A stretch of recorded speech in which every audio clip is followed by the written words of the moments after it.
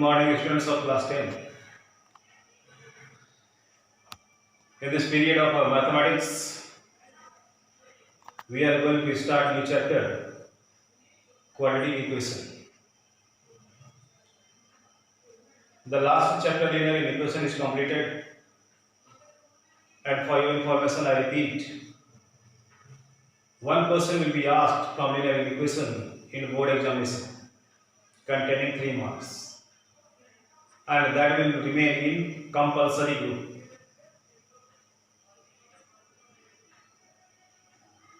So, all the chapters are important.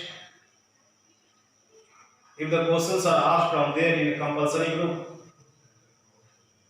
because you don't have any chance to escape the question, escape from the question. Since you are not getting any extra question in group B, in group A. You will be asked to attempt all the questions in group A, in which linear equation was the easy chapter, from where one question will be asked. And this quadratic equation is highly scoring chapter. Why do we say quadratic equation is highly scoring chapter? Because 3 questions are asked from quadratic equation from 3 different exercises. But their patterns are very fixed. The patterns or questions are very fixed. Same patterns are asked in board examinations. Those we will see during the solution of this chapter.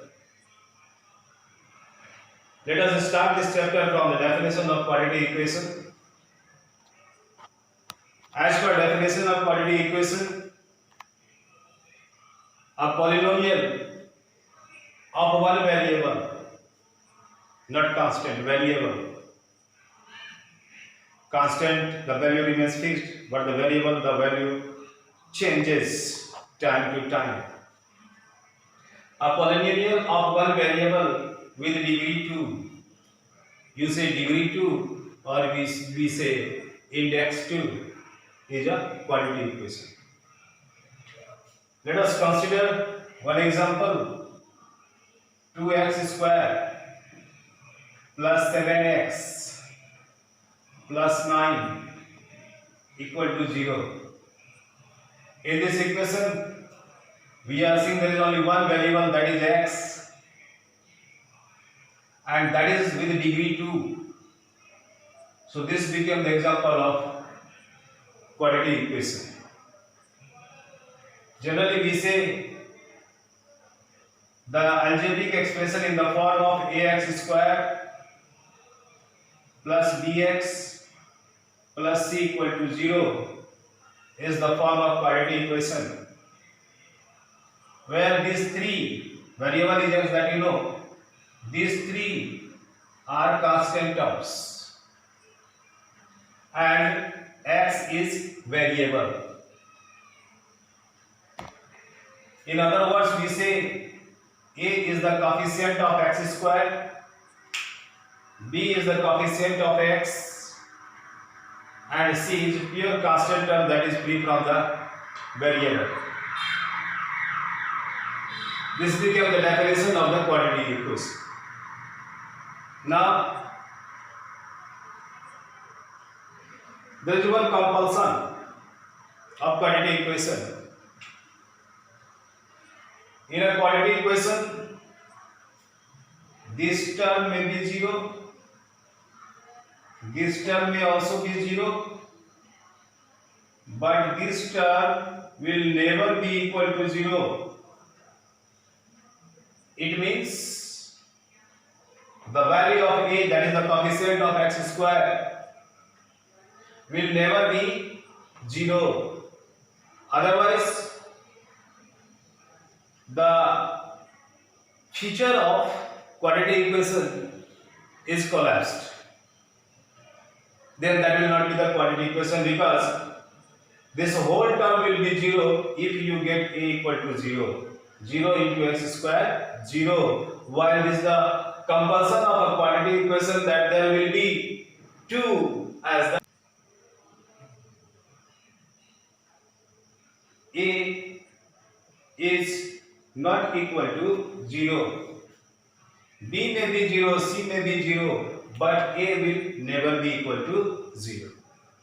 Now we come to the root or solution of the quadratic equation. Let alpha be the root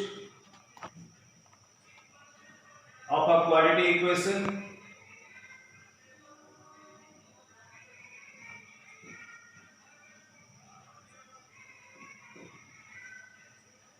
then A alpha square from equation number 1, A alpha square plus B alpha plus C equal to 0. This I have written from equation number 1. It means if you keep the value of alpha in the given equation, that will be equal to 0. It means that will satisfy the equation. Since the value of alpha will satisfy the equation, that will be equal to 0. So we say alpha is the solution of the quadratic equation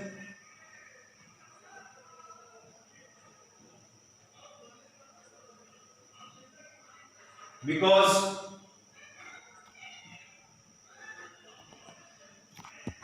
alpha satisfies the quadratic equation.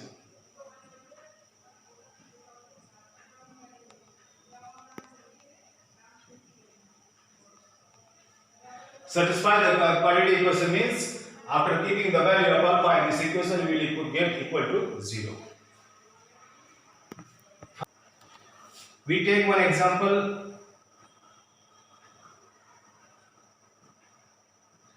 To express this rule, let us consider one quadratic equation is 3x square plus 2x, 3x square plus x minus 2 equal to 0. If x is equal to minus 1, then from the equation at the place of x we will keep minus 1 and we solve this, we are getting 0. It means minus 1 is the solution of the quadratic equation.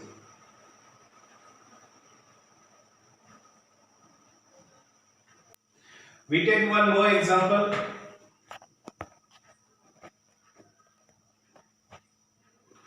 The equation is same, 3x square plus x minus 2 equal to 0. Then if x equal to 2, then from the given equation 3 into 2 square plus 2 minus 2 equal to 3 into 4 plus 2 minus 2, 12 plus 2 minus 2, 14 minus 2 equal to 12, that is not equal to 0. Therefore, 2 is not the solution of the given quadratic equation.